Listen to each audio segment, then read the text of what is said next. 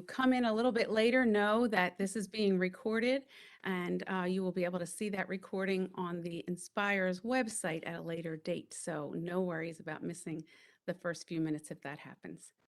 So hello and welcome to this webinar. I'm Bonnie Murray. I am coming to you from NASA Langley Research Center. Today we will be discussing the Women's Colleges and University Notice of Funding Opportunity from NASA MUREP. We are meeting on the eve of a special day. Tomorrow is the United Nations International Day of Women and Girls in Science. So I'm delighted to have this opportunity for all of us to be together to celebrate women in STEM today. Next slide. This webinar, as I said, is being recorded so that you can review it later. It will be on the Inspire's landing page, and we'll actually show you that page at the very end of the webinar. Next slide. Your microphones and cameras for participants have been disabled, and that is just to allow us to flow through the presentation that we have to bring to you. However, questions should be typed in the chat box, and we do welcome questions. We'll respond to those close to the end of the webinar. This is the agenda we'll be following, and again, please make sure at this time that everyone's mic is muted so that we can all hear well. We do have some allies for women in STEM at NASA who are with us, and they will be presenting to you as soon as I wrap up this welcome. We'll have a MUREP overview. We'll have an overview of the funding opportunity, the Women's Colleges and Universities funding opportunity. Inspires will present some slides, and that'll be helpful, I believe, in how to get your proposal submitted. And then we have a grants officer with us to present information about the grants and cooperative agreements. And then we'll have our question and answer period. So I'm going to move right into the Allies for Women in NASA at Women in STEM, excuse me, at NASA. I'm still hearing a little bit of background noise, so I don't know if it's possible to check and make sure all mics are muted. Of course, the Allies mics will need to be unmuted at this point, so that may be what I'm hearing, but just want to make sure we can all hear well. So we have three amazing people here with us today. We have Erica Alston, Marilei Colon Robles, and Juan Cruz. They have each made significant impact in their fields and brought increased understanding to the needs of women in STEM overall.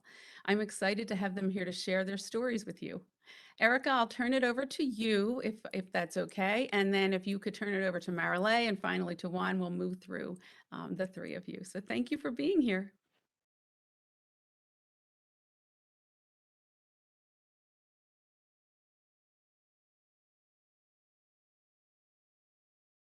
All right.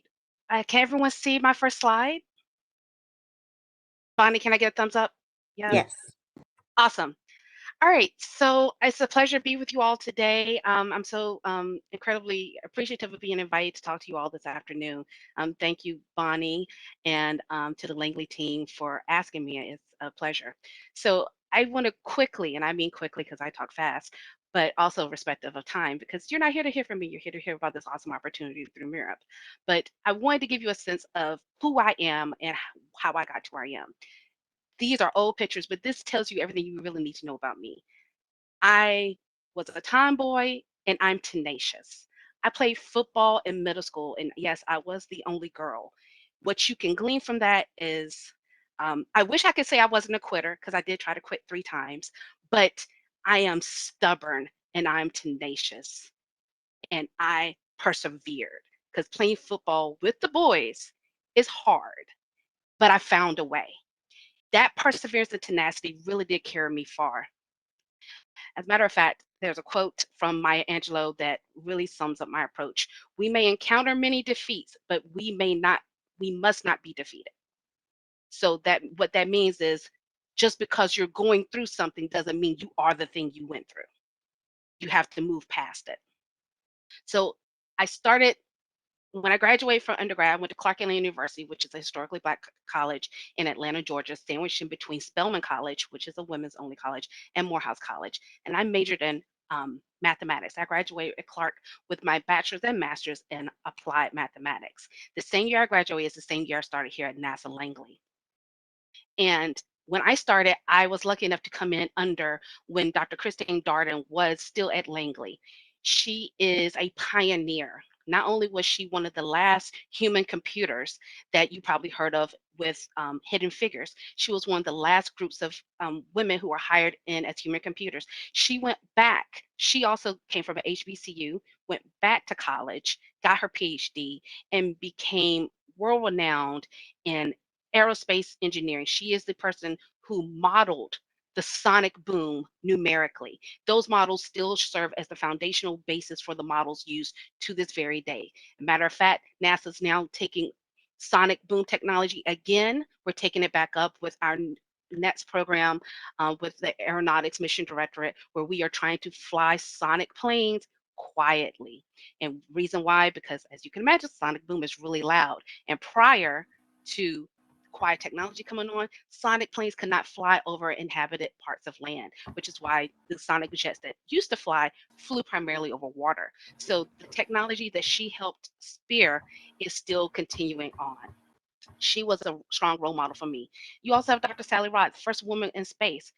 If you can't get inspired by the fact that she pushed through and did this thing first, I don't know what else is. She continues to be a beacon for not only women, but educators as well.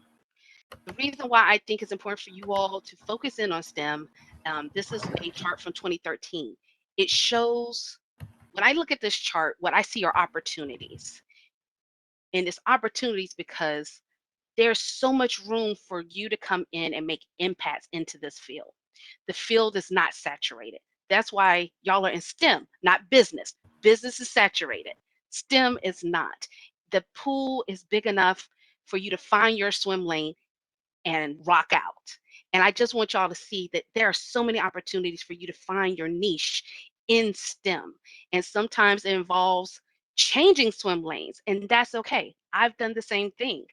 When I first came to NASA, I was a computer engineer, and that involved me literally working in an office, working on large scale computers, running models. And what did that lead to? That led to more teamwork. Now I'm working on flight projects. I left flight projects and came into education where I got to apply those technical skills along with strong business practices. And I was the deputy manager for the Space Grant Program, which is a congressionally mandated program in all states and two territories, including DC and Puerto Rico, where they focus on higher ed by providing student awards for students just like you to continue your matriculation through college. Not only that, but they provide funds for you to go back to school to get your higher level degrees. So just because I came in as an engineer doesn't mean I stayed in engineering. And I've parlayed all these experiences back into becoming, I'm back in the flight project world now where I serve as a program executive with the Science Mission Director at headquarters.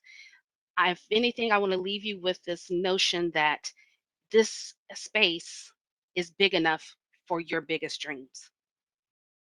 And with that, I'm going to turn it back over to Marilyn. Thanks.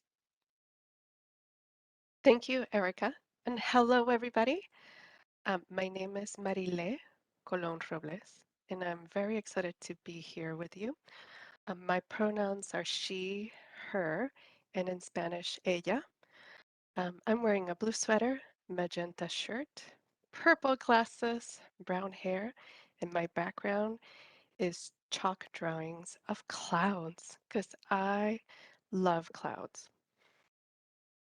I am originally from San Juan, Puerto Rico, which is an island in the Caribbean. So I'm also an English language learner. Um, and I had I'm come from a hardworking family with some college experience, but nobody graduating from college. And so I became the first graduate within my family.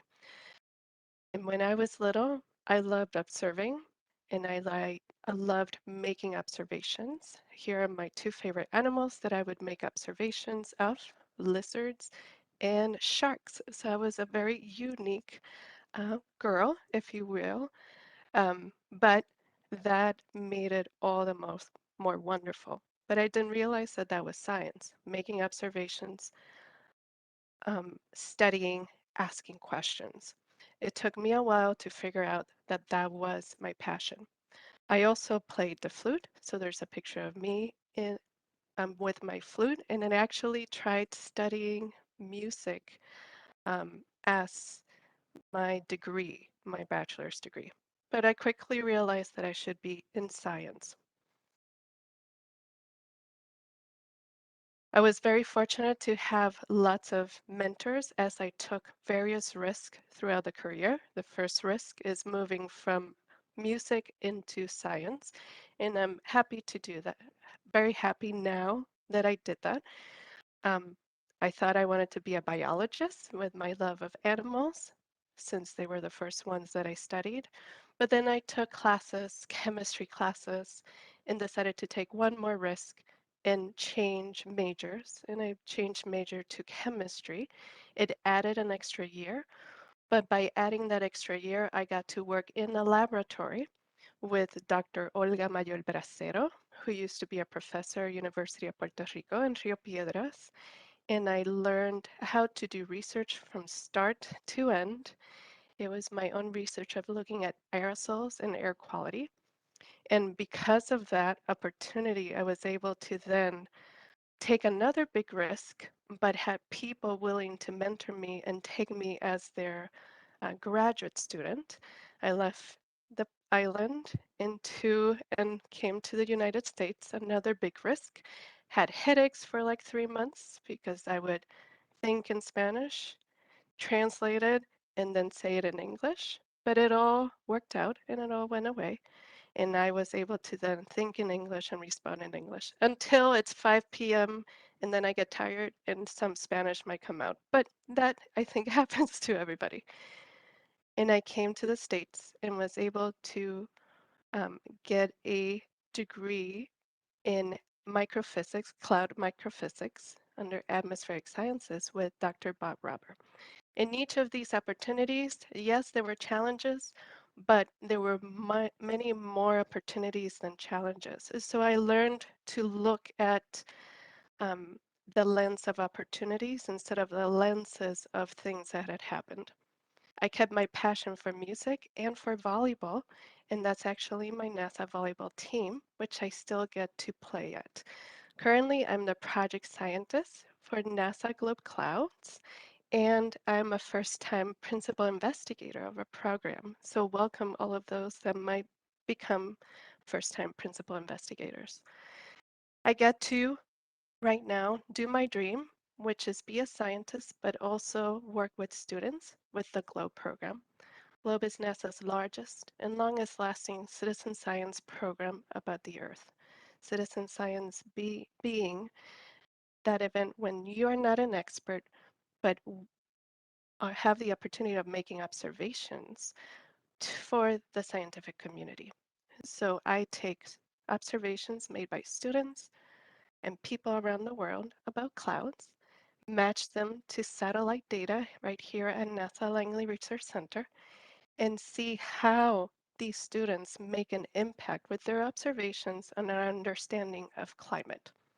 And with that, I will pass it on to Juan Cruz.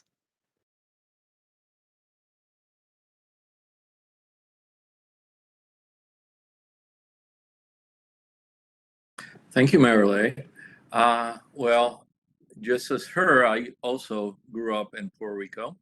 And when I was 14, I decided to become an aerospace engineer. I mean, I just couldn't think of something that was cooler than work with machines that flew in 3 dimensions, apparently through no visual means of support. Um, that was a long time ago. I have been a working engineer in aerospace for 40 years, and clearly I was a student before that. And my interests, my professional interests, and my personal interests haven't varied that much.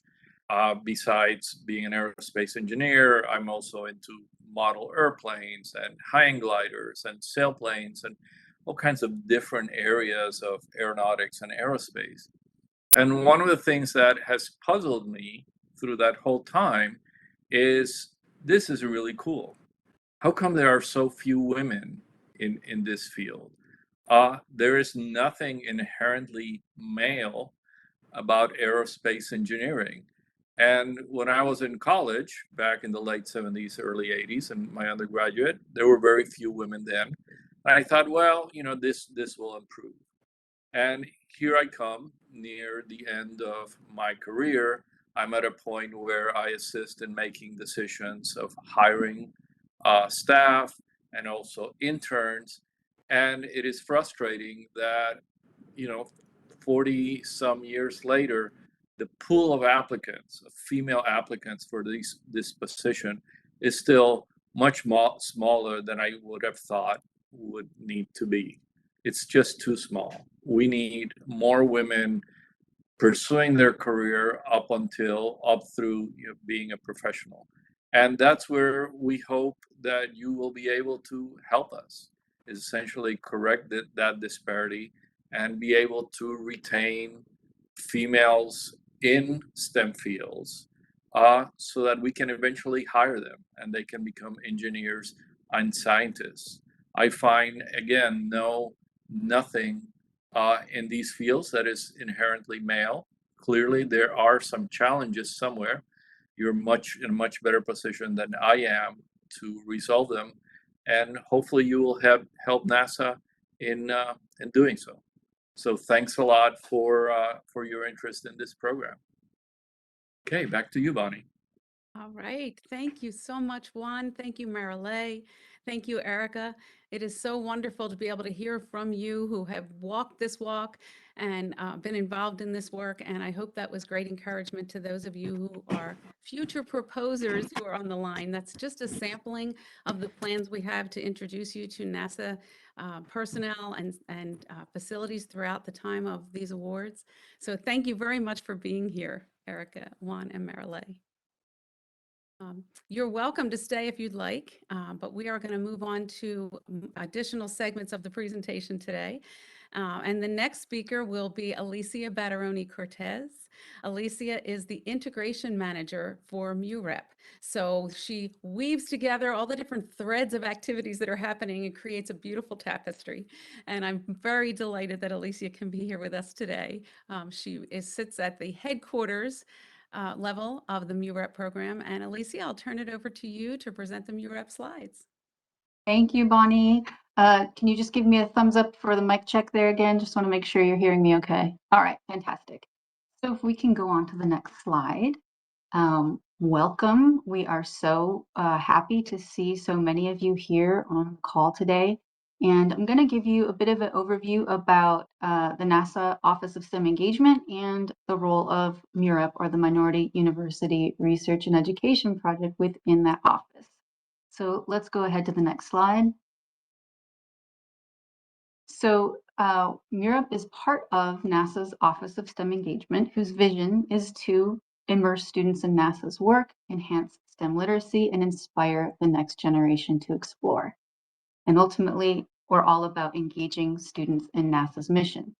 We do have 3 strategic goals, and that is to create unique opportunities for a diverse set of students who can contribute to NASA's work in exploration and discovery, to build a diverse future STEM workforce by engaging students in authentic learning experiences with our people, content, and our facilities, and to attract diverse groups of students to STEM through learning opportunities that spark interest and provide connections to NASA's mission and work. And that's where we really hope you will come in as well. Next slide. So this is a bit of an eye chart, but I won't spend too much time on this slide. The main point of this is that if you start on the left, you will see that all of the work that we do is driven by the mission. So NASA's mission and thematic areas, from aeronautics to human space exploration, are all what drives the work that we do. And so those missions then feed into the 4 project areas that fall under the Office of STEM Engagement. So you may have heard, or you may even be an awardee of a space grant, of EPSCoR, of Next Gen STEM, and then you have MUREP as being one of those 4 big projects. And these 4 projects work together to deliver cross-cutting, experiences and functions, ultimately to benefit students, institutions, and faculty. All right, next slide. we have been part of not just NASA's sort of interest in DEI&A, but the whole federal government as a whole. This is a quote from our administrator, Bill Nelson, not too long ago, about how committed NASA truly is to diversity, equity, inclusion, and accessibility. It's important to us. We cannot be at the leading edge of space exploration without embracing everyone. There is place for everyone at NASA. And I love that Erica alluded to that in her remarks as well. Next slide. One of the things that our Office of STEM Engagement has really tried to do was take these themes of diversity and inclusion and put together a plan for how we intend to broaden student participation in the opportunities that we have. And so those 4 goals that you see pictured on the slide there are what we have been working towards over the last year or so to drive us towards making more opportunities for more students in the nation. Next slide. So that kind of gave you overview of our office as a whole. And what I'd like to do is drill down a little bit more into how MUREP as a project specifically addresses those things. So we can go to the next slide. And MUREP is a response to several executive orders that have been established, federal mandates that are related to minority serving institutions, which you'll hear us refer to as MSIs quite a bit, and the underrepresented and underserved communities. And that includes women, girls, and persons with disabilities and veterans. And so you can see there's multiple executive orders, and all of the MUREP portfolio has pieces and parts that all address these in various ways and opportunities. Next slide. So this is one of our pretty slides. I like this one. This shows how we have MUREP's portfolio categorized into 4 pillars. So we focus on research and infrastructure and trying to build capacity for minority serving institutions to do that research. We have efforts that focus on curriculum development and providing services to help better serve minority serving institutions. We have student engagement activities that work directly with students. And then we also have a part of MUREP that focuses on different partnerships and how to sustain external organizations, awareness and engagement with NASA and NASA opportunities. And so all of these 4 pillars work together to maintain that alignment to NASA's mission, to enhance the capabilities that minority serving institutions have, to broaden participation through MSIs, and ultimately for student success. Okay, I believe this gives you a bit of a sense of the last fiscal year, approximately how many awards were made throughout the country and how many MSIs were engaged. So just for some information there. And next slide. We have several ways for you to stay connected with what's going on in NASA STEM engagement. So we'll pause here for a minute in case you want to hold up your phone camera. And on the left is will take you to our website, which has a multitude of resources, all with students in mind. And if you focus on the one on the right, that will subscribe you to a weekly newsletter, which is a digest of everything that is new and exciting in NASA STEM. We often share opportunities from other federal agencies in there as well. And those opportunities range from K-12 all the way through postdoc, fellowship opportunities. So we really try and capture everything in that. It comes out on Thursdays. So I definitely encourage you, even if you ultimately decide not to propose to this particular opportunity, but you're like, but I'm still kind of interested, this newsletter will keep everything on your radar of when new things come out and when new opportunities that are suitable for you will work. And then, of course, we have lots of social media, so you're welcome to follow any of our accounts there. And I believe the next slide, if you want to know specifically MUREP, you can scan that QR code and that will take you to the MUREP website, which has more information about solicitations. It has a list of minority serving institutions. Lots of great information there. A list of our minority serving institutions, feature stories on some of the activities and programs and students that you can have a look at there to give you more of a taste for what MUREP is, how we work. Okay, and I believe there might be one more slide. Let me just check. Okay, so before I hand things over to Bonnie, who's going to go into more details about this funding opportunity, I just want to make some remarks about why this opportunity is important to MUREP. You heard from our speakers at the top of the hour, and so that really gives you that personal perspective on, how NASA has a place for everybody.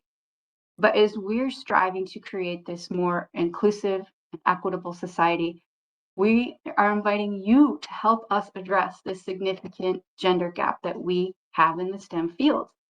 The underrepresentation of women in STEM is not only a moral issue, but it's a missed opportunity for our economy and for innovation in space exploration. Women bring unique perspectives and skills to the table, and a more diverse STEM workforce is going to lead to more creative and effective solutions to the challenges of exploring the unknown in air and space. Higher education, it is crucial. I'm preaching to the choir here. I'm pretty sure that we provide, it's crucial that higher education provides women with the support and the opportunities that they need to seek, retain, and remain in the STEM fields. So that means offering mentorship and leadership programs, creating a welcome and inclusive classroom environment. It means ensuring that women have access to the same resources and opportunities as their male peers. So we believe that women, colleges, and universities are uniquely poised to make this difference. With your contributions, we can create a brighter future for women in STEM and build a more diverse and inclusive society. So together, we can work towards a world where every woman has the opportunity to reach their full potential in STEM. So thank you for your time, and Bonnie, you can take it from here. Thank you. Alicia, thank you so much. I really just loved your comments at the end equally as much as I love that overview. Thank you so much. To sum it up, until we have all the facets of society represented at the table, at the think tank table, we don't have all the ideas, and we certainly don't have the best ideas because we have to have them all to get to the best. So Alicia, I love your comments and your presentation. Thank you so much for being here today. So you are welcome to stay if you'd like, Alicia, but at this time we are going to switch gears, and I believe you might have travel to get to or other things, so we understand if you have to leave, but thank you for being here. So at this time, I'd like to turn the focus to the Notice of Funding Opportunity, and I'd like to introduce the WCU management team, excuse me, and that's myself, Lisa Bell, and Gretchen Edwards-Bodmer. We will be sharing the microphone during this set of slides, passing it back and forth, and we will be the team supporting the awardees who have successful proposals. So you're getting to meet us and hear from us here today. All right, next slide, we'll go to the overview. So the MUREP opportunity, just to give you an overview, it's a brand new initiative. First time that MUREP has had an initiative specifically for women's colleges, maybe even the first time that NASA has really done that. So we're really excited about this initiative. It's being offered through MUREP. It's specifically for the WCUs, and the goal is to address the gender gap and disparate experiences of women in STEM in the US. And just to go through a few statistics here, women earn more undergraduate degrees than men, yet only 10% of those degrees earned by women are in STEM fields. Women represent 47% of the workforce, yet only 27% of STEM jobs are occupied by women. Across the US, women of color comprise fewer than 1 in 20 employed scientists and engineers. The disparity is huge, and we are looking to learn from and engage with WCUs to learn how to close that gap. Next slide. This goal aligns with priorities across the agency, as is evidenced throughout many documents cited here and in comments made by the administrator, Senator Bill Nelson. Alicia showed you some of them, and I have another comment here on this slide. Next slide. Relevance to NASA is also evident throughout agency-wide priorities embedded in OSTEM performance goals. You heard Alicia explain how MUREP sits within OSTEM, and the performance goals of OSTEM include that same relevance to this opportunity. To build a diverse workforce, attract diverse group of students, all of these are important objectives. Next slide. The relevance to NASA is also evident in the 2022 NASA Strategic Plan, where a focus on enhanced capabilities for mission success through engaging a wide diversity of students are the stated goals. And next slide. Again, as Alicia mentioned, the work is driven by executive orders, sometimes referred to as EOs, that reflect a priority on diversity, equity, inclusion, and access. At this time, I'll turn it over to Gretchen to discuss specifics of some of the EOs that we're working with. Gretchen? Thank you, Bonnie. Hello, everyone. Thank you for being here today. So this funding opportunity specifically focuses on a newer executive order from 2021, number 14035, called Diversity, Equity, Inclusion, and Accessibility in the Federal Workforce, because it includes working with women's colleges and universities. So in response, this solicitation is a call to WCUs to leverage your long history and expertise in centering women's experiences, their ways of learning, their ways of knowing, their needs and unique abilities to help them thrive and remain in the STEM workforce and pipeline. We're asking you to conduct research on and implement programs on your campuses to address the barriers to women seeking, retaining, and remaining in STEM degrees and employment. So this should also be done through an intersectional lens, taking into consideration women's other intersecting identities, such as race and ethnicity, ability, sexual orientation, socioeconomic status, and the like. Next slide. Okay. So you will choose between one of two tracks for your proposal. So only one track per proposal. Track 1 focuses on increasing the number of women graduating with STEM degrees. Research shows some of the barriers to women retaining STEM degrees include negative or chilly climate, gender bias and stereotyping, sexism and sexual harassment, and a lack of sense of belonging, to name a few. We're asking you to create personal, professional, and academic programs, events, and support services to help women navigate these and other similar challenges during their undergraduate and graduate STEM careers. With this track, the goal is to first research, develop, and implement such retention strategies, creating a supportive environment where women students can thrive. Once that is in place, then you can further focus on recruiting more women applicants into STEM programs. Next slide. Okay, so track 2 focuses on increasing the number of women being hired into and remaining in the STEM workforce. This includes creating STEM internships and fellowships, research or student worker opportunities, helping them to create a professional network of women in STEM, and personal and professional skill building to help them navigate challenges in these mostly male-dominated fields.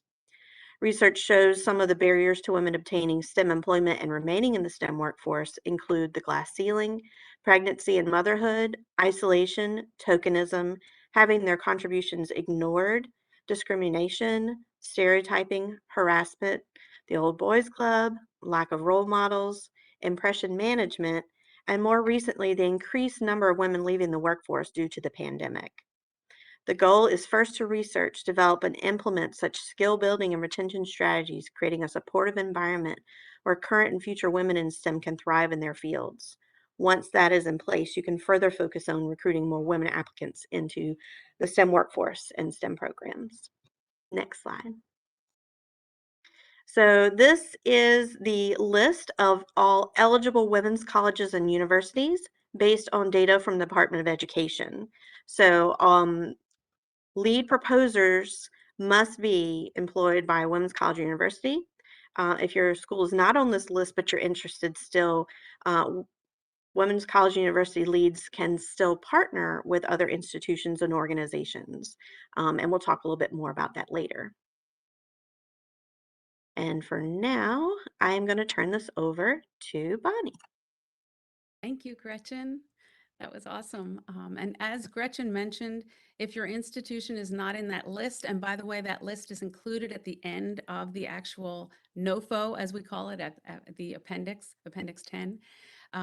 So if you're not on that list, you're not eligible to submit a proposal and be the PI on the proposal. However, we strongly encourage partnership. That is one of the foci of the opportunity. So please look for opportunities to partner with the WCUs. And I wanted to share a few other opportunities that are open so that you could consider those as well.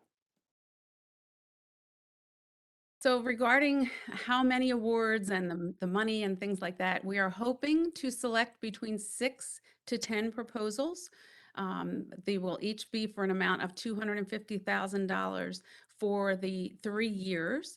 And those will be 3-year proposals is what I want to emphasize there. So you'll notice that it says an opportunity to extend performance for an additional 2 years.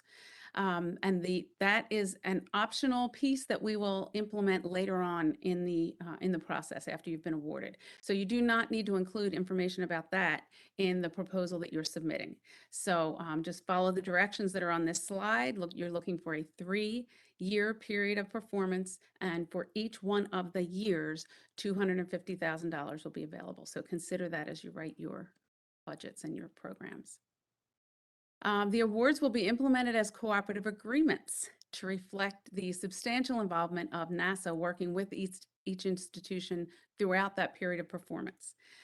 It is our intention that awardees will be introduced to NASA personnel, the content that we have, facilities, and that will happen through regular meetings that this team, Gretchen, Lisa, and I will be scheduling. So a few examples are provided on this slide.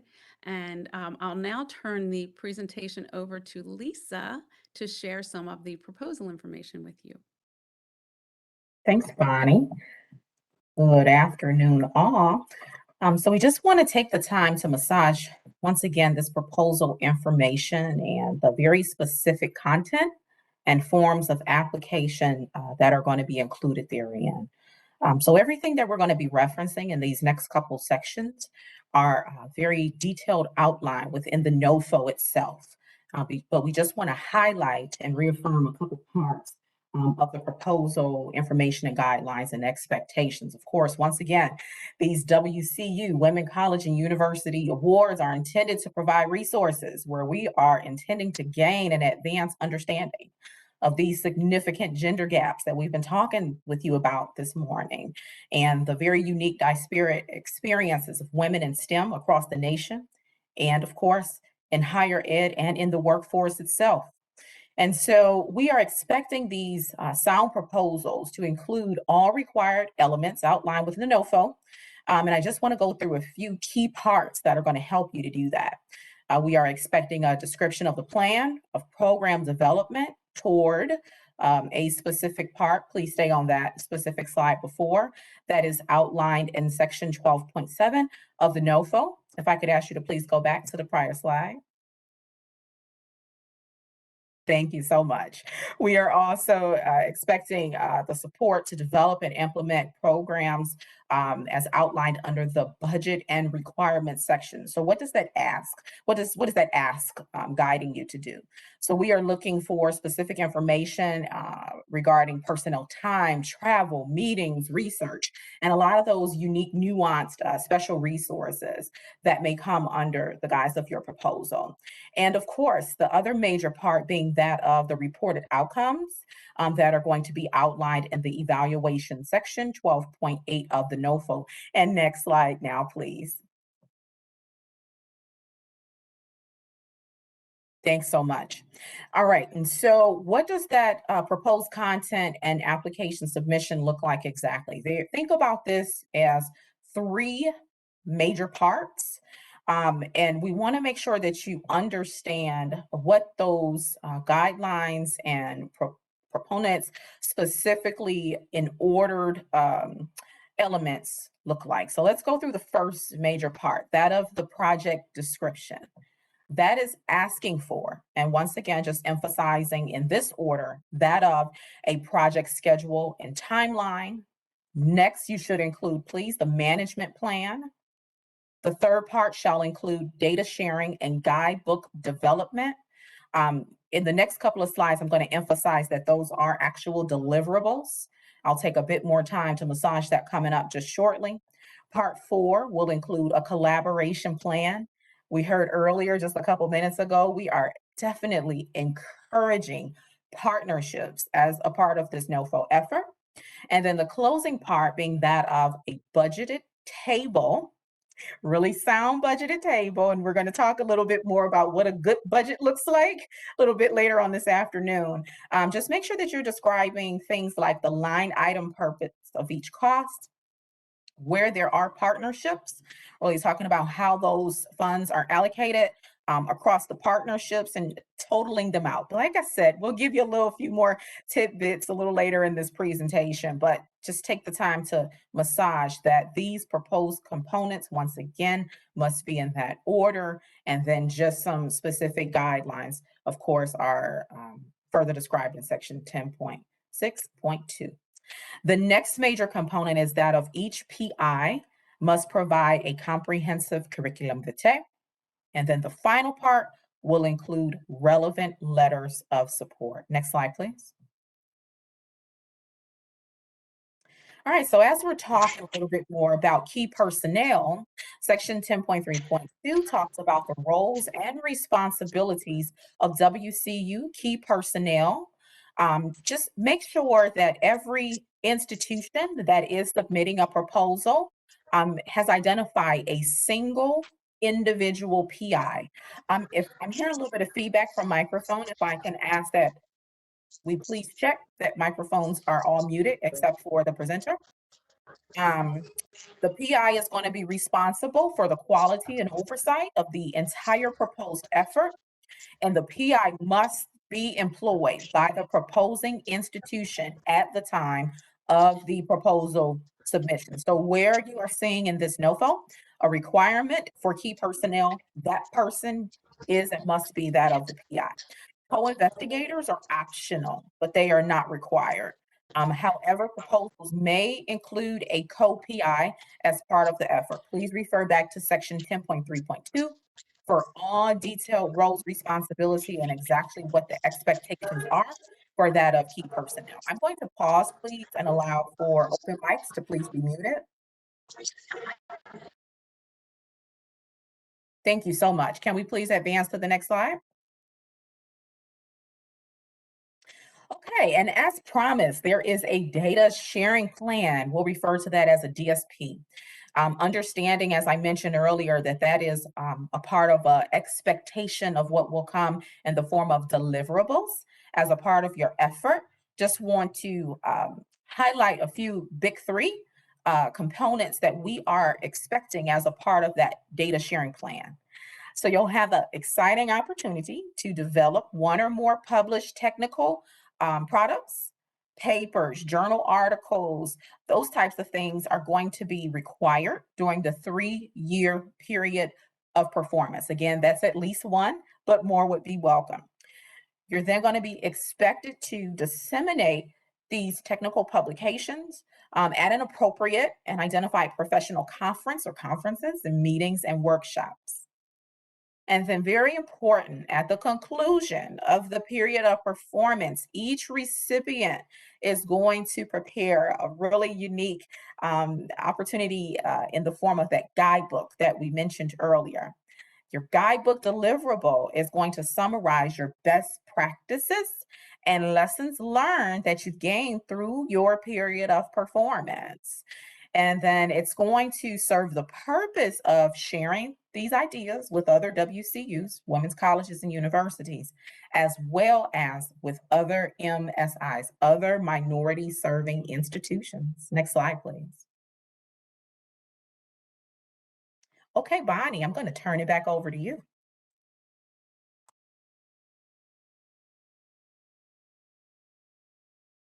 To move on to the review and selection of proposals. So regarding that review and selection process, please be aware that the reviewers will be knowledgeable of, but not necessarily specialists in this area of research. So in your proposal, you need to be clear enough for reviewers to understand what you are proposing, and don't expect those reviewers to be experts in this field. Please refer to section 10.8.2 of the NOFO for details on that selection process. So the proposals will be assessed using the following evaluation factors: relevance to NASA, intrinsic merit, and budget, and the weights for each category are listed here. Please also refer to Appendix D of the NASA Guidebook for Proposers, where you can find additional details of evaluation. Next slide, please. Section 10.8.1 also provides details of intrinsic merit criteria, detailing a plan for research, involvement of students and the community for vertical integration of this work, an accurate timeline, and clearly delineated plans for partnerships are key factors to consider in the area of intrinsic merit. Next slide, please. Providing details of relevance to NASA includes describing referenced literature related to this research, alignment to performance indicators, federal agency and MUREP goals and priorities, clear description of all team members, and description of innovative methods to deliver the project and meet the objectives of the WCU NOFO. All of those are important points to consider. Next slide, please. I'll turn it over to Gretchen here to present some details on the budget considerations. Thank you, Bonnie. So when developing the budget for your proposal, you want to ensure that your line items are reasonable and allowable and clearly demonstrate how the funds requested will be fully utilized during the period of performance. Next slide, please. Additionally, you want to make sure that your proposal narrative aligns with what's in your budget. This means including and accounting for project personnel, travel, student scholarships or support, and subcontracts. Also, make sure your proposed budget adds up and the overall total is included in your proposal. Next slide. There are additional budget guidelines and restrictions within the solicitation, which I won't read to you now, but you'll need to read them thoroughly on your own to understand all of the requirements. Next slide. As I mentioned previously, your proposal must include support for personnel time, travel, meetings, research, specialized resources, technical expertise, and the like. As the lead institution on this proposal, the Women's College or University may partner with other institutions or organizations, but only up to 20% of the award funding can be used for such subcontracts. And next slide, I'll turn it over to Bonnie. Thank you very much, Gretchen. And yeah, emphasizing that last point is important. We strongly encourage partnerships, but 80% of the budget needs to stay with the WCU. So regarding the notice of award, how will you know and what the period of performance is? Some details here are that the notice of being awarded will be sent to the PI, a notice of successful proposal. We expect this will take place in the July timeframe, with the work of the award actually beginning in September. So right in time for the fall 2023 semester. Next slide, please. Once you are awarded, there will be required reports that will need to be prepared and submitted. And we bring this up here. It's all outlined in section 1010, and Lisa's going to provide you some more details on the next slide. But what I want to emphasize here is there are reporting requirements and there are meeting requirements and different things. So make sure that you budget for appropriate staff as you consider the effort involved in this work. And specifically here, we're referring to the reporting. So I'll turn it over to Lisa now to tell you a little bit of details about each of the reports. Next slide, please. Thanks, Bonnie, for the segue into the reporting details. All right, so let's get down a little bit more. Reporting requirements deliverables, there are several. Section 10.10.1 specifically hones in on the federal financial reporting requirement. Of course, NASA is a federal agency. So recipients of NASA's funding must submit quarterly meaning 4 times per year, approximately. Dates will be announced later for financial reports. These reports must be submitted via the formal payment management system. And if awarded, of course, additional details and informations and guidance with those systems would be forthcoming. The next section, 10.10.2, specifically speaks to that of performance reporting and the deliverables that are included as a part of that effort. Quarterly performance reports would be required quarterly, once again, meaning approximately 4 times per year, dates TBD, are used to provide project updates and successes and challenges. And then annual performance reports, as the name implies, once per year, are reports that may describe scientific progress and significant changes, personnel changes, and plans for forthcoming reporting periods. The final report is what is used at the grant closeout process and further builds upon that of the annual performance report. This specific report submits project outcomes in addition to, once again, that information, as I stated, that is submitted in tandem with the annual performance report. The NASA Office of STEM Engagement collects its performance metrics via a system called NASA's Gateway System Platform.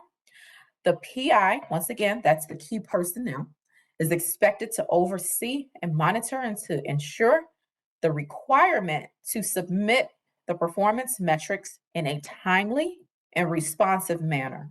This may come via not only the aforementioned formal performance reports, but also any calls to and from calls to and from NASA for this data, typically into the gateway system. Further details on reporting performance, you can utilize the post-award phase section of the GCAM. All right, I'm going to turn it back over to you, Bonnie. All right, thank you, Lisa. And you'll be hearing from Lisa and all of us throughout the period of performance. But I'm glad Lisa reviewed that because she's involved in a lot of the collecting of those reports. So evaluation, program evaluation is of course a significant part. How are we going to evaluate what was accomplished? And first of all, you will be producing that guidebook that we mentioned that will be published as a part of kind of the report out of your research findings. And then we at NASA will be coordinating evaluation for your project overall. So I'm hoping this is really good news. The NASA Performance and Evaluation Team will work with the management team, myself, Lisa, and Gretchen, and with each one of the PIs that are awarded to develop an evaluation plan. So what that means is you do not need to plan or budget for an independent evaluator as part of your project plan. And so I'm hoping that's really good news. We're going to handle that with our own P&E team. Next slide. So referring to awardee responsibilities, you'll go to section 10.10.4 of the NOFO. And there's just a few things I want to highlight here. We kind of touched on this before, but it is our intention to hold many different get-togethers, tag-ups meetings where you get to meet NASA staff. You'll be coming to NASA facilities during the period of performance of your award. So please consider appropriate staff needed and time commitments as you prepare your proposal and budget for that to allow for full participation in these events. Next slide. Proposal submission does need to be done through Inspires by the OAR at your institution. So the PI does not do the submission. The OAR actually has to do the submission, and you will use the Inspire system. And we're going to have a presentation on that in just a few slides, so I'm not going to say too much about that here, except to say there are a number of items that you need to work through in Inspires before you can actually submit your proposal. So start early. I'm happy to say there are already some proposals started. It's not too soon. The actual submission of your proposal is the simplest part at the end, but start now by registering and getting things set up. Next slide.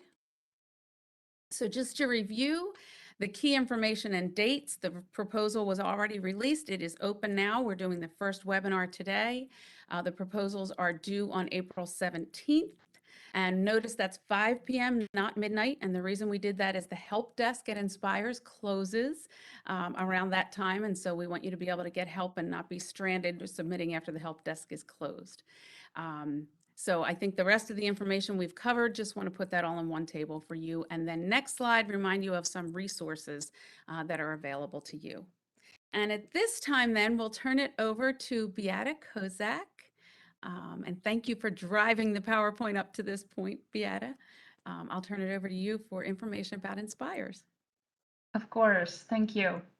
So now that we all know why to propose and what to include in the proposal package, I'll briefly share how to do it.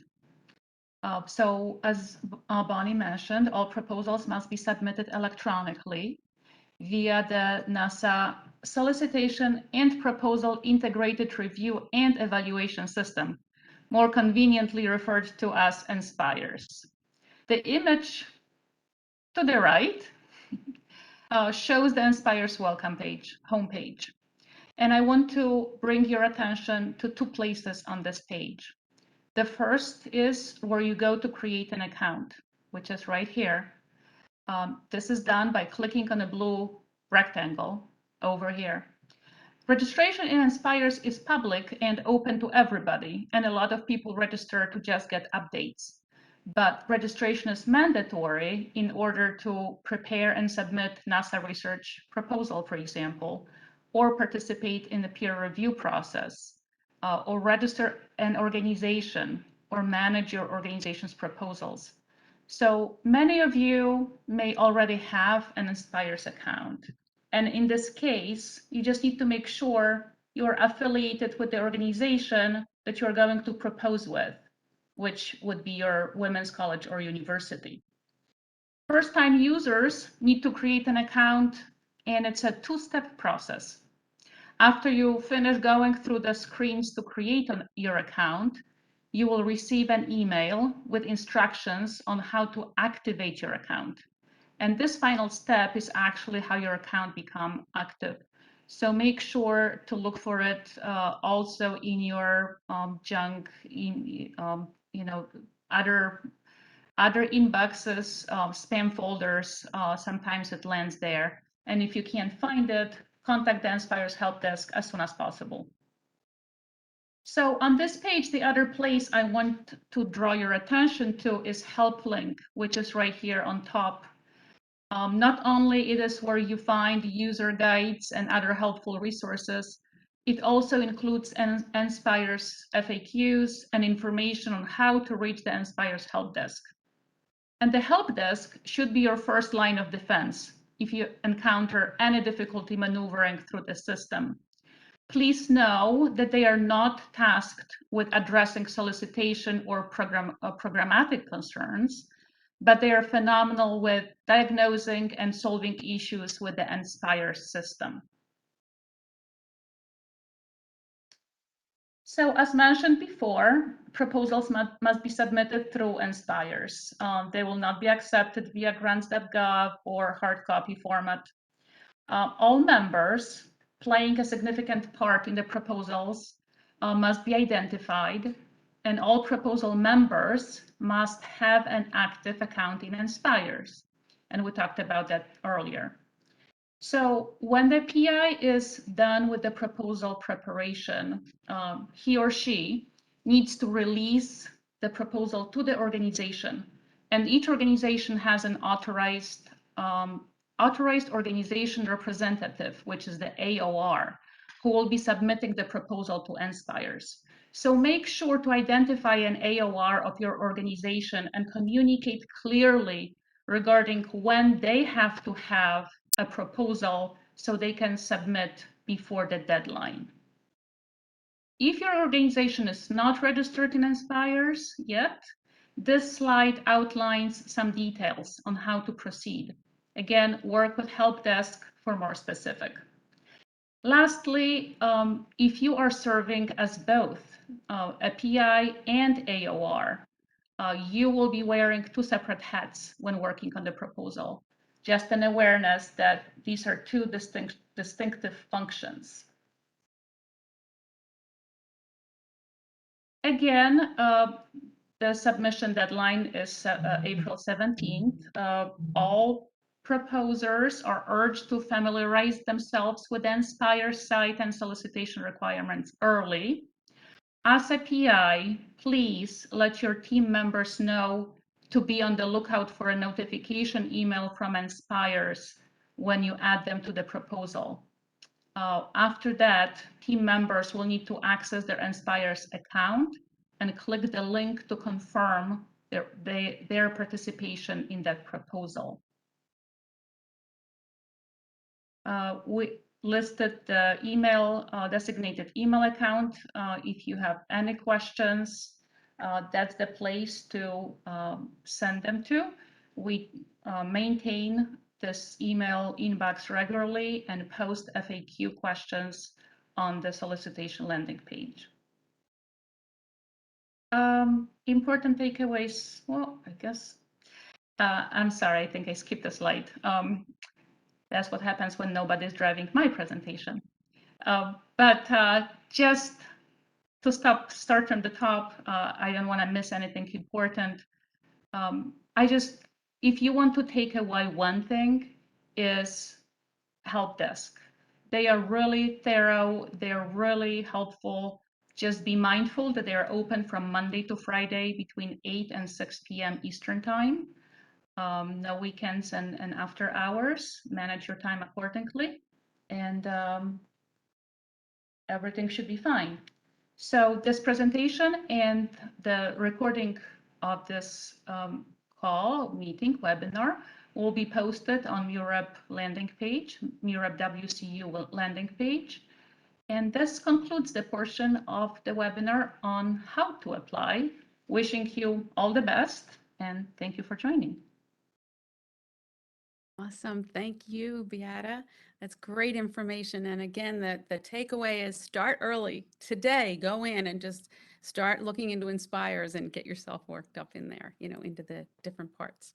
So we'll switch gears now to a grant officer, and this is to help you understand what will happen once you're awarded. We're speaking positively here. So we want you to understand what you're getting into, for lack of a better word. And so we'll turn it over to Morris Hicks to talk about how these cooperative agreements will be administered. Thank you, Morris. Thank you, Bonnie. Next slide. Here at NSSC, National Shared Service Center, recently we divided our branch into two. We were used to be called Research Activities Branch, and Research Activities Branch consists of grants and contracts for SBIRs. Well, in October, we divided it up from Research Activities Branch to Grants Activities Branch. And so now we just solely focus on grants. So Eli Alder is our Chief Procurement Services Officer. Teresa Stanley is our branch chief. Latessa is our grants lead, and I'm her backup. And how grants are set up, we're set up in a award team and an admin team. So when your packages come in, excuse me, brand new packages come in, so that's a brand new award. Our award team will review it and process and award. Once it's been awarded, our admin team takes over the responsibility of the grant. And our admin team is broken up by centers. So we're each responsible for different centers. So that's kind of in a nutshell how grants activities branch is broken up. Next slide. This is an example of a grant life cycle overview. I won't go through each step, but it's from the very beginning when solicitation is getting ready to be published all the way to closeout. The boxes kind of designate who's responsible for what. For instance, the very first one, the solicitation, NASA headquarters are responsible for that. Submitting a proposal would be the recipient. And then if you look over to your right in the blue box, NSSC gets involved after your proposals have been selected. Then your proposals are sent to NSSC, and we begin the process of reviewing all your documents like your budget. Excuse me, if you have any subcontractors, reviewing your subcontractors' budgets, all the information that you guys provide in your package, we begin to review that.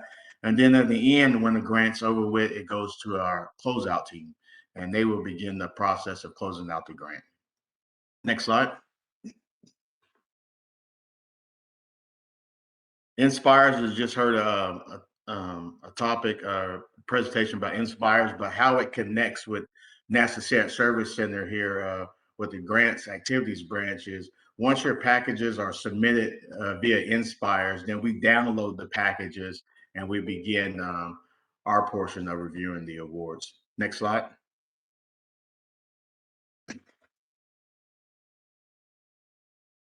Sorry. Communication is key, and all your any type of communication, whether it's to the TO, to your grant officer, please always include the grant number. You guys, once we receive your packages, we'll be in contact with you, and we'll sign the grant number. And once we sign that grant number, you would have that information. We can track it by the proposal number or by a purchase or a requisition number, but the easiest way to track it is by your grant number. And so anytime you're communicating, please use the grant number. Next slide. So 1687, this is the one of the documents you'll receive once your award has been awarded. And I wanted to bring your attention to where the areas are highlighted at the bottom of the award document. And so where it says administrator there, that is who, once it's awarded, that will be your primary contact moving forward. Because remember, all of our admin team is broken up by centers. And so they'll be the one you contact if you had an issue after it's been awarded. And also at the bottom there, it shows grant officer. How we're set up at NSSSC as far as the grants activities branch, anyone can sign there. Sometimes that may be confusing. You'll look at your 1687 and see who signed it, and you want to reach out to them. But just be mindful. We kind of just help each other out because some centers are larger than others. So please always pay attention to the administrator block right there. And also your technical officer's information will be there as well. And also if you ever need accounts payable, our finance department, that information is ready, available right there on the 1687 as well. Next slide. Governing authority and guidance, we follow the 2 CFR Part 200, 2 CFR Part 1800, and also the grant and grant and cooperative agreement manual, and we just call it the GCAM. The GCAM is very helpful for a go-to quick information if you ever had any questions.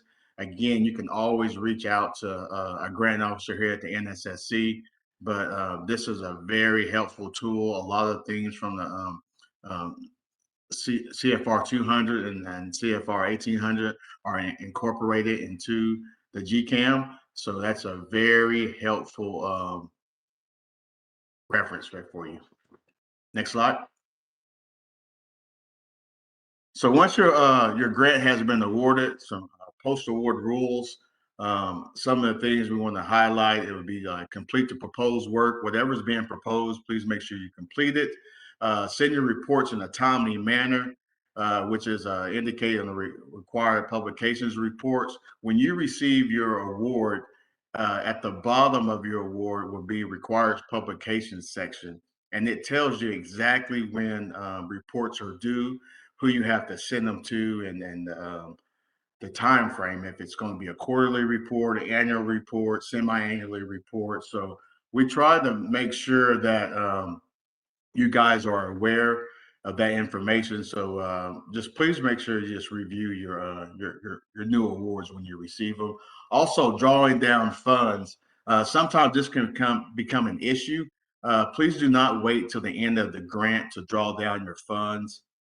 When you have invoices come in or you're paying for whatever, please draw down your funds and use them to pay out your expenses.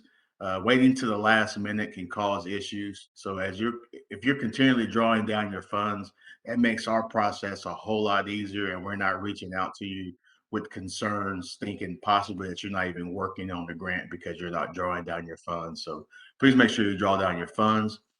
Be prepared to submit a single audit if your cooperative agreement grant or grants are over 750,000, the ones that you'll be receiving will not be, but it's cumulative total. So if you have more than one grant or cooperative agreement, then it's a cumulative total for that $750,000. Next slide. Just some more information here about post-award roles.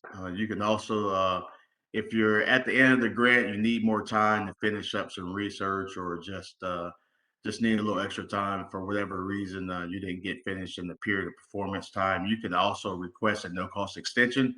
It is at no cost, but we do ask that you provide an updated progress report or performance report to go along with that no-cost extension request. Next slide.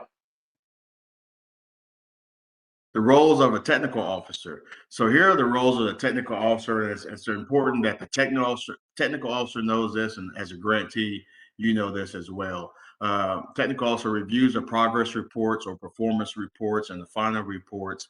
Also, they give concurrence, not approval, but they just concur with PI transfers, PI changes, reallocation of a budget. If you want to move money from equipment that you decide that you proposed for and did not decide to purchase that equipment because you didn't need it, you could move your that money to a different area in your budget, but that has to be approved by the grant officer. But you would run your request through the technical officer as well. No cost extensions also give concurrence by the technical officer. And just so you're aware, the technical officer and the grant officer, they work hand in hand with each other. The technical officer doesn't give approval, but the grant officer relies on the technical officer for their experience and knowledge. I work with grants, I work with contracts, but I'm not a technical person. So that's why I would rely heavily on the technical officer. Next slide. Some things that to be mindful of about the technical officer. Technical officer can't request or approve additional work outside the general scope of the agreement. For example, of that, it would be a technical officer reaching out to you as a grantee and say, hey, we want to make these changes. Well, a technical officer can't actually make those changes. They could speak with the grant officer and we can get that in writing to make those changes. But just a conversation or email where the technical officer is not allowed to make those type of changes. So just want to be mindful of that. And any changes to terms and conditions of the agreement, the technical officer is not allowed to do that as well. Next slide. So the grant officer's role, we're basically, as far as awarding supplements. So in grants, contracts, we call them modifications, but in grants, we call them supplements. So anytime we're doing an amendment to the grant, we just call them supplements. Augmentations would be adding funding and work being new work being used on the grant that's outside the regular scope of the work. And then extensions, we will approve those as well. We're incrementally funding, no cost extensions, PI transfers. So all the things that the technical officer will concur on, the grant officer approves. Next slide. Prior approvals are required from a grant officer. If you're going to buy some equipment that costs more than $5,000 and wasn't originally proposed in your proposal, then you would need prior approval for that. So again, for like foreign travel, if it wasn't originally proposed, need approval for that. Any type of change in scope of work, changes in key personnel, you want to get prior approval. A lot of times, key personnel are changed and we're not aware of it until we're trying to locate some information or just reaching out, and then we realize a certain individual is no longer with the institution or anything like that. Giving you, that's kind of like an example, but please, any type of key changes in personnel, please let us know. Next slide. Reporting requirements. I mentioned it earlier, the required publications. These are just a couple of examples of the progress report, or another name for it is performance report. They're due, you know, annually, but also at the final, they're due within 120 days of completion. But your progress reports are normally annual reports, but if the technical officer is requiring something different, maybe quarterly reports or even semi-annually reports, this will fall into that category for progress reports. SF 425 is a financial statement. They're due every quarter, and we submit them. You guys would submit them through PMS system.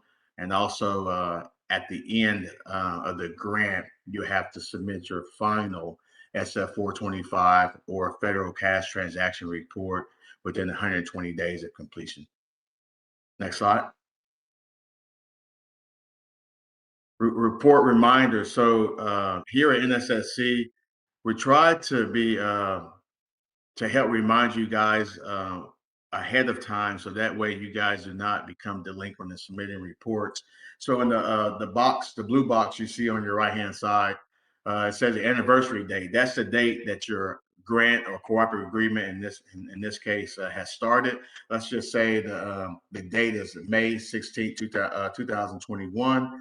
The report due date would be 3/16/21, so it's due actually 60 days prior to your anniversary date. But we send out reminders 90 days prior, so you already have 30 days in advance to start preparing your progress report. And then after your due date, we're sending out weekly reminders that your report is due. Next slide. And these are just some abbreviations that you may see, may help you. But when you guys receive your cooperative agreement award. So anytime, you'll see a lot of this information on your 1687, like your the PR number, NSSC's information will be on there.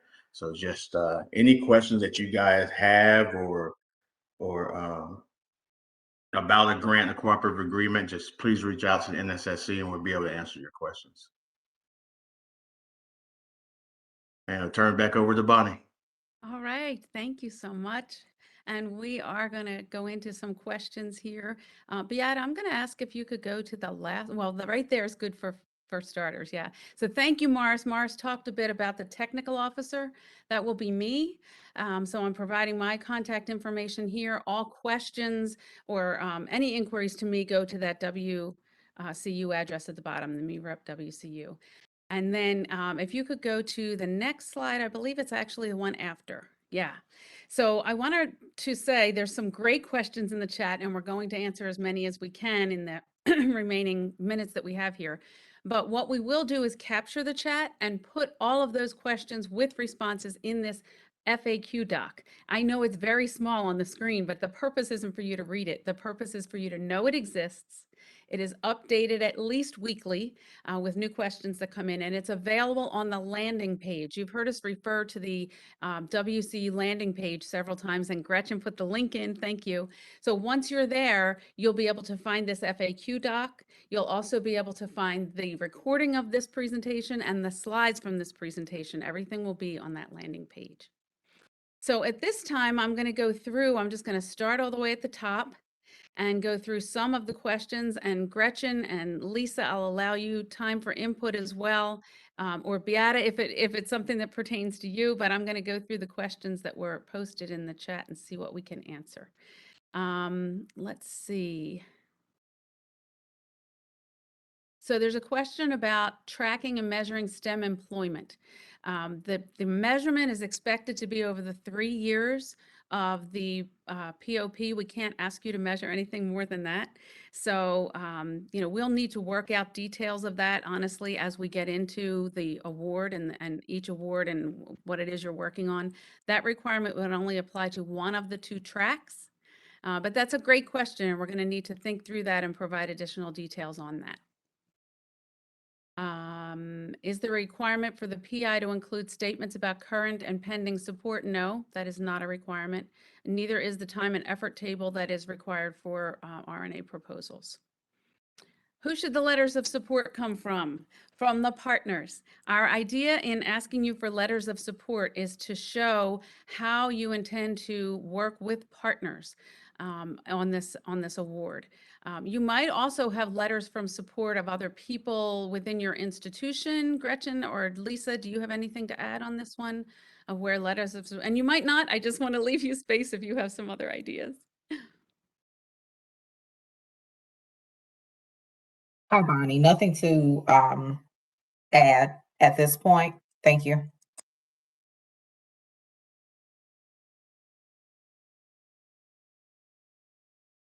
Right. Oh, I love this question. Can you say more about which STEM fields are appropriate for MUREP? So, number one, it isn't about the STEM field being appropriate for MUREP, it's about the STEM field being appropriate for NASA. So where you would want to go is those mission directorates that Alicia Batteroni Cortez highlighted in her presentation. I believe there's also an appendix under EONS. It's not Appendix 10 because that's this appendix, but there's another one, and we'll highlight that when we print the answer to this question. But all of the STEM fields covered at NASA is what you would be gearing to. So no, it is not only astrophysics, any of the STEM fields at NASA. Is there an expectation that we complete our research before we begin programming? No, there is not. The research is what you are budgeting for and planning for as you work through the period of performance of your award. We are expecting you to work from the place of knowledge that you already have. And Gretchen said this very eloquently. You know, we know that you are experts in this area. You are women's colleges because you know how to support women well. And so we are expecting that you're working from that expertise and then doing research to be able to put together that guidebook on what works well and what will support retention of women in STEM majors, retention of women in STEM fields. Gretchen, I'm thinking you might want to add something there. You don't have to again, but is there anything you're thinking? And you can just shake your head if I can see you. Thanks, Bonnie. No, I was just going to say, yes, you have a long history as women's college and universities of supporting women. So you have insight that other institutions of higher education do not have in supporting women and helping them thrive in STEM fields. So lean into that. May already have women's studies or other educational fields at your institutions that have done some research that you can lean in on. So yeah, we're really excited to see what you all can put together because you are experts in this. Thank you, Bonnie. Yes, thank you, Gretchen. All right, let's see. The next question I see is, can international students apply for this research opportunities? So students cannot apply. The eligibility is limited to women's colleges and universities. If you're referring to students at those universities, that's a different question. And that will depend on, you know, what the student is doing and what money is going to the student. You know, there's a lot of, that's not a question I can answer simply, other than to say that this opportunity is for WCUs, not for students. And so it would need to come from a PI who is a professor at a women's college or university. So I'll just stop there for now and we'll get into the details of that, maybe on a specific award. Bonnie, can I add to that? Yes, please. Okay, so it's not just professors, but also faculty administrators as well at Thank you. women's college Words are universities. important. Thank you. Yes. But it wouldn't be the students at those institutions who are applying. But thank you, Gretchen. Appreciate that. Yes. I know we have a lot of different staff from WCUs on the call today, so it's important to make that distinction. Are partnerships outside of the WCU, I'm going to add that list, acceptable? Yes. In fact, we're really hoping that that will take place. One of the ways that this research might play out is maybe you work with an institution where your expertise is valuable to that institution as far as how to support women, and their expertise in STEM degrees brings you something that you didn't have, and that's not required. I need to be really clear when I say these things. I am not suggesting that that is a requirement. I'm suggesting that that's an example of a partnership. Beata, did I make that clear? I'm looking to you. And we will write the answer to that question out as well. But just as a, as an answer to that, yes, the partners do not have to be on the WCU list. Does NASA anticipate future deadline rounds for this opportunity? We don't know. At this point, I'd have to say no, because we just don't know what's going to happen. The federal budget changes from year to year, and certainly over 3 years periods, with administrations. So it's not something we could speak to at this time. Oh, I love this question too. Can the COI participate in some of the NASA meetups? Yes, we're really hoping. And everything that we do will be hybrid. So even when we have on-site meetings, we will provide a hybrid option. So yes, COIs and other project personnel, even the students involved with these research opportunities at the universities, we hope to involve them in some of the different NASA meetups that are happening. Yes, Gretchen. Just make sure to put it in your budget. Yes. Yes. Thank you. Great point there. Yeah. That's the thing. And I want to go back, since you said that, to like the reporting, I emphasize that. We realize we have to ask for a good bit of reporting. So maybe have an admin, maybe, whatever it is you think you'll need to help you with that piece, put that in your budget. And yes, plan for travel and time for people to participate in these meetings. So I'm hoping there's still questions coming in the chat. And we are asking for them in the chat because we do intend to capture the chat and then put all those questions into that Q&A doc. So I'm glad I'm seeing some faces, but I really would like the questions to come in the chat so that we can put them in that Q&A doc. All right, the next part I'm seeing is links. Thank you, Gretchen. Let's see. Here we go. It's a longer question, so I'm going to read the whole thing. I appreciate the opportunity to expand access and participation for women in STEM. Yay, we're glad that you appreciate that. Let's see, I'm skipping if we don't have time, because we're here, we have time. Under this award, how do you envision the role balance of on-campus research opportunities, examples in the labs, versus STEM education research, developing retention strategies? Gretchen, I'm thinking this might be one you can speak to, but I'll finish reading it. Sure. And if the weight is more on the latter, how important is that proposal personnel, astrophysics engineering focused, as opposed to the Office of Institutional Research Education Department, etc.? Sure. So this is focused on creating these supportive environments, both in college and universities and the workforce. We are not asking you to do aerospace engineering research. So your focus will be researching how to best support women students and women in the STEM workforce.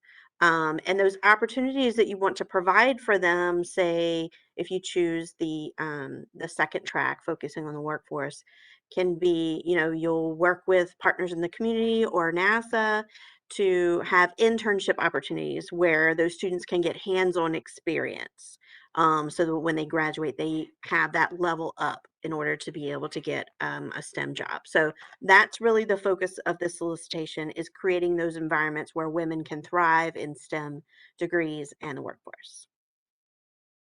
Excellent. Thank you. I hope that answered that question. And if it didn't, please type in some more in the chat so we can come back to it. Okay, from Linda. Hello, thank you for the session. Thank you for being here. And this is a question from Salem. I know you are one of the universities in the list, so excited you're here and asking questions. And Linda says that Salem is unique in the WCU constellation. I love that NASA connection there.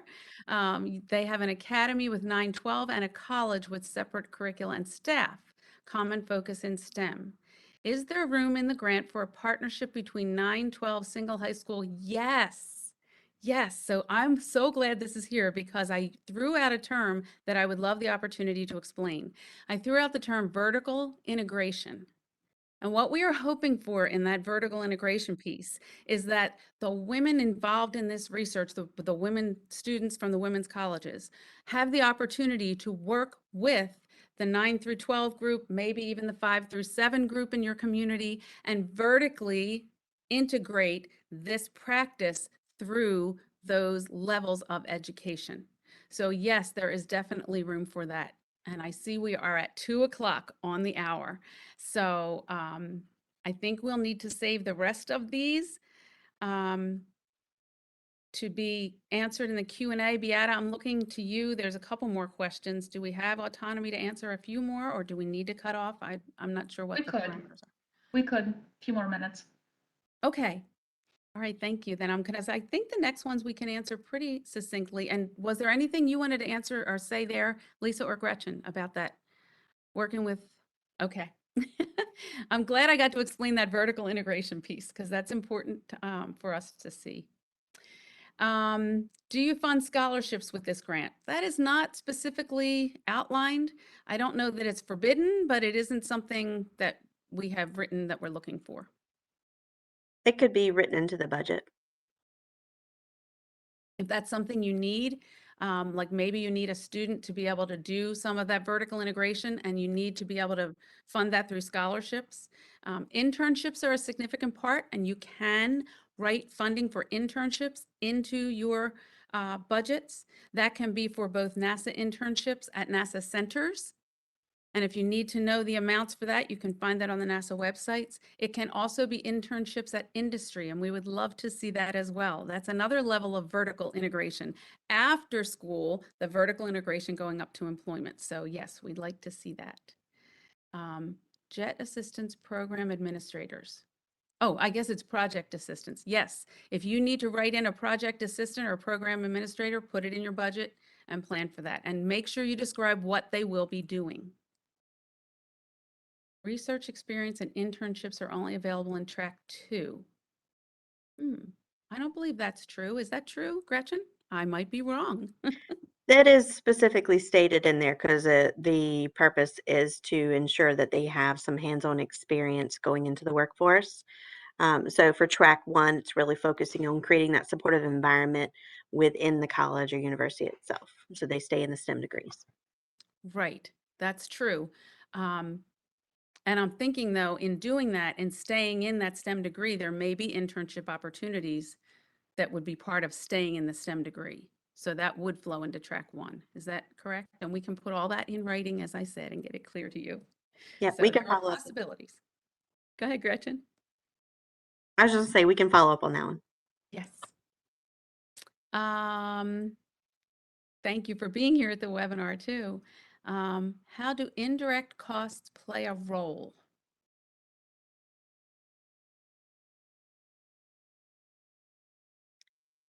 That is in the eons and all that. So we can follow up on that.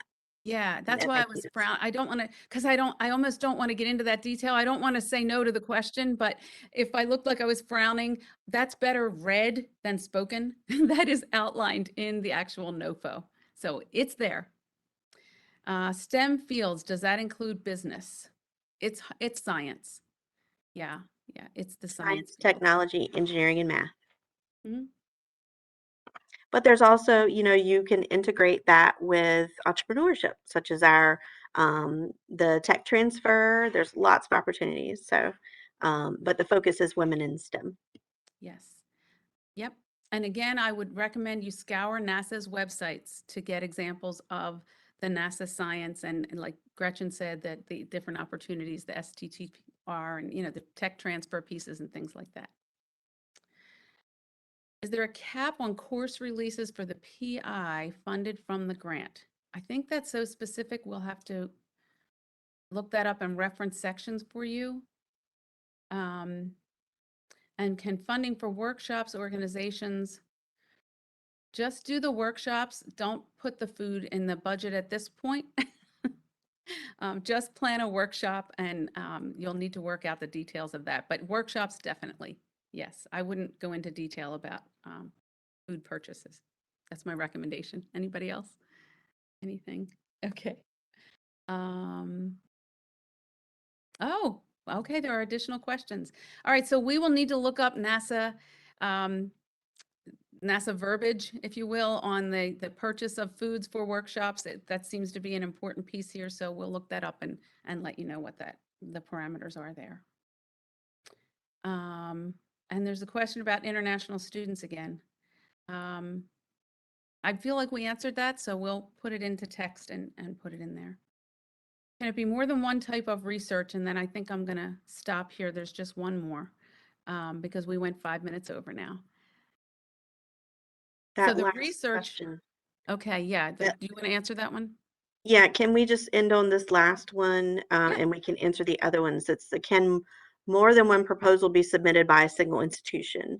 And Oh, the answer yes. is yes, but the PI has to be different for each because we want the PI to focus on that track, that work. So if your institution has 2 faculty or staff members that are interested, they can each submit a proposal, picking one track. Right, so each proposal has to be by one unique PI for one track. But there can be several proposals from the same school as long as each one has a unique PI. Yep. Yeah, and I think we'll end on that. The research, I just want to clarify the research that we're talking about here is research on retention of women in STEM. So we're not asking you to research physics problems or, the research we're referring to here is research on how to increase retention of women in STEM degrees and STEM fields. So I think we'll end on that, unless there's other comments from anybody. Lisa or Gretchen, okay. All right, well, I see. Thank you so much for the session. I thank you so much for being here. We are delighted to be able to have this opportunity available, and we're really excited at how many of you took time out of your very busy schedules to be here with us today. So thank you so much for being here. Watch for the recording to come out and keep looking for that Q&A document for additional information about these questions and submit any other questions that come up. So thank you. I'll stay on just for a few minutes, Beata, to close out with you. Thank you. Thanks. Thank you so much for being here.